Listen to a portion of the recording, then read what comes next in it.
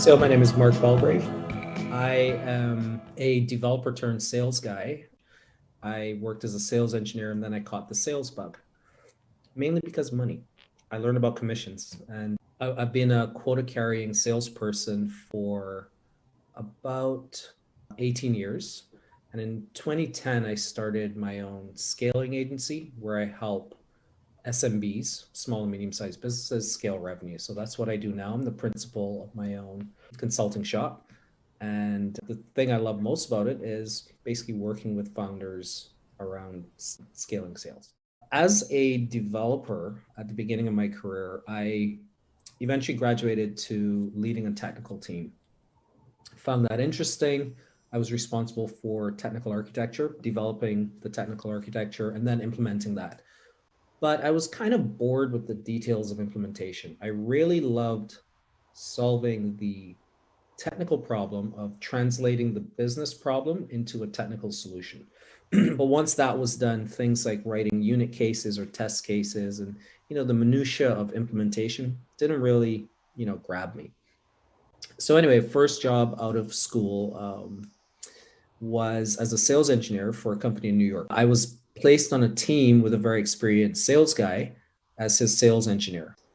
And one Cinco de Mayo, he invited me to his apartment to, celebrate. So I walked in and it was like the Seinfeld apartment.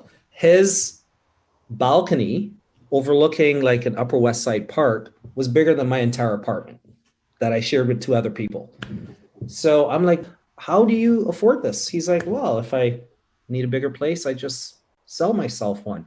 Kind of akin to the John Lennon, Yoko Ono asked him for a pool. He said, I'll write us one.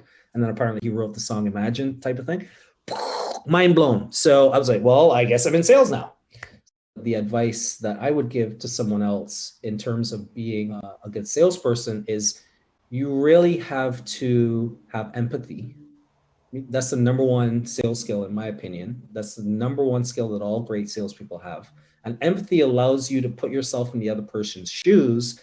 And if you use that in terms of the owner of the business challenge, you'll quickly determine to sell them. And selling, to be very clear on term definition, is not manipulation, it's facilitation.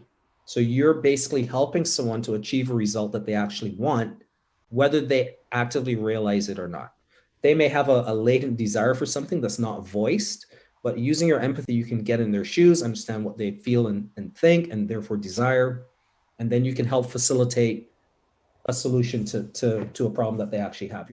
Sales has always been metrics driven. There's a big push for specialization into BDR, AE, and sales support roles. And I think that that's caused over the last 5 years in particular, a bit of a dissociation from the actual purpose of sales. So SDRs become very focused, especially like year 2 or 3 of their career, in hitting metrics, less so on the actual problems of the customer. It's like, I need to generate, leads that my sales guy will accept.